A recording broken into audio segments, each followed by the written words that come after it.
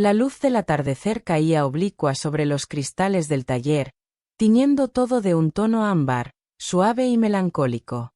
El aire olía a trementina, a madera vieja y a algo más difícil de nombrar. Ese silencio expectante que solo tienen los lugares donde se crea.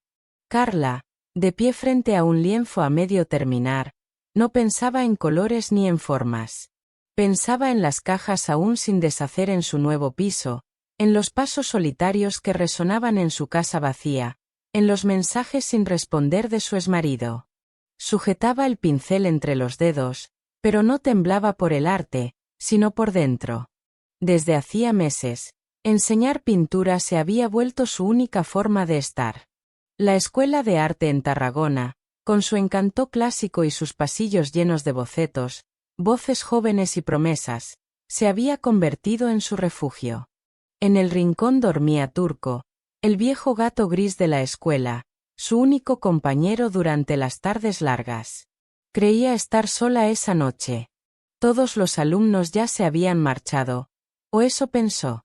El leve chirrido de la puerta la sacó de su ensimismamiento. Cuando él entró, Carla se estremeció, no por miedo, sino por la sensación clara de que algo estaba a punto de cambiar. Andrés. Lo reconoció de inmediato. Era uno de los más reservados del grupo avanzado.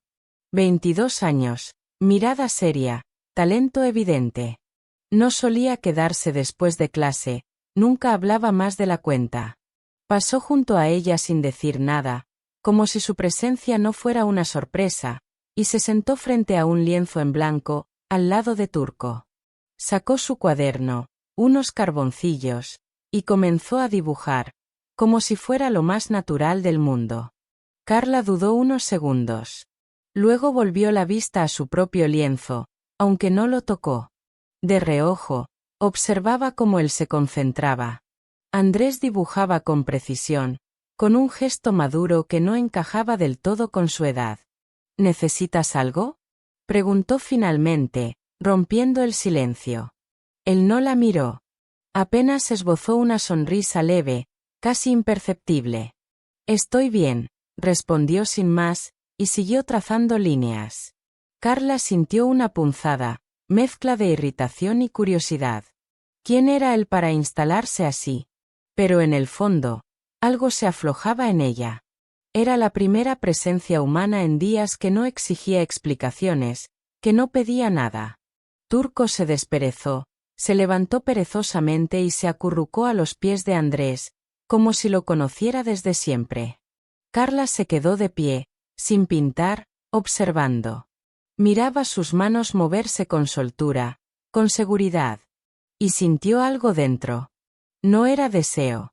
Era otra cosa, una mezcla de admiración, respeto y una nostalgia extraña por algo que ni siquiera había sucedido. En su mente, solo una frase resonaba. Cuando él entró, me estremecí, no por miedo, sino por la certeza de que algo iba a cambiar. Al día siguiente, Carla llegó al taller con la intención de preparar materiales para la clase del viernes. No esperaba encontrarse con nadie. Pero cuando empujó la puerta de madera, escuchó ya el leve rasgar del carboncillo sobre el papel. Allí estaba Andrés, otra vez. Sentado en el mismo rincón, con Turco dormido a sus pies, como si fuera su sitio de siempre.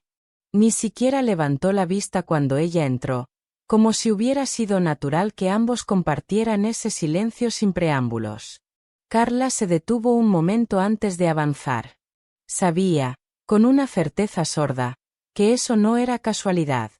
Él había venido por algo más que practicar dibujo. Durante los días siguientes, la escena se repitió. Andrés empezaba a aparecer justo cuando todos los demás se marchaban. No traía preguntas, ni excusas, ni buscaba conversación. Solo se sentaba y comenzaba a trabajar, como si necesitara ese espacio tanto como ella. Entre ellos no hacían falta muchas palabras. Los gestos, las miradas, el crujir del lápiz en la hoja bastaban. Era una comunicación muda, pero no vacía.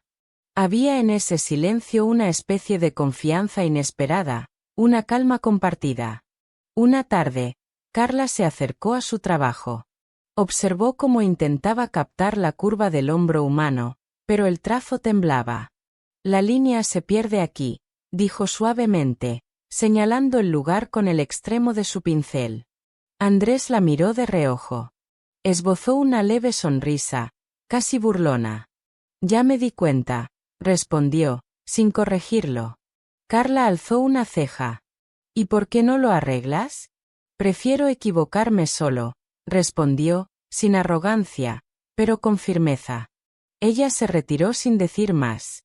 Lejos de molestarse, sintió una punzada de respeto. Andrés no era como los otros alumnos. No pedía guía. Tenía hambre de descubrir por sí mismo. En los días que siguieron, Carla empezó a observarlo con más atención. No solo por curiosidad, sino por algo más profundo. Él no hablaba de sí mismo, pero en sus dibujos había algo crudo y sincero. Algo que ella había olvidado. Una noche, mientras ella recogía pinceles, escuchó que él dejaba el lápiz. Alzó la vista. Andrés la miraba fijamente, sin esquivar. Ahora te toca a ti, dijo en voz baja. Ella parpadeó, confundida. ¿Perdona? Siempre estás mirando. Corrigiendo. Pero no pintas. Nunca pintas, dijo, con una seriedad inusual para su edad. Carla sintió un leve escalofrío. Esa frase era más que una invitación. Era un reto. Una puerta. Y por primera vez en mucho tiempo, no supo qué decir. Carla se quedó inmóvil ante las palabras de Andrés. Ahora te toca a ti. Al principio pensó que se refería a tomar su lugar frente al caballete, quizás como parte de algún juego espontáneo. Pero algo en su mirada la detuvo.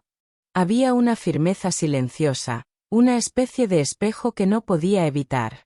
Y entonces lo entendió. No se trataba del dibujo. No era una competencia ni un intercambio de técnicas. Andrés hablaba de otra cosa. Hablaba de su silencio. De su renuncia. De ese miedo que la había mantenido al margen de su propia creatividad. Sin decir nada, Carla caminó hasta un caballete vacío. Sus manos temblaban levemente mientras sacaba una hoja limpia y preparaba los pinceles. No pintaba algo suyo desde hacía meses. Tal vez años. Siempre enseñaba, corregía, orientaba, pero ya no creaba. Andrés no se movió. Solo observaba. No con impaciencia ni expectativa, sino con esa atención quieta que otorgan los que entienden que algo importante está a punto de ocurrir.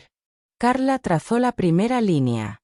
Fue insegura, poco precisa. Pero no se detuvo. Dejó que los colores volvieran a fluir, que el gesto recuperara sentido. No pensaba en si estaba bien o mal. Solo sentía. Durante un buen rato, el único sonido en el taller fue el roce de los pinceles sobre el lienzo.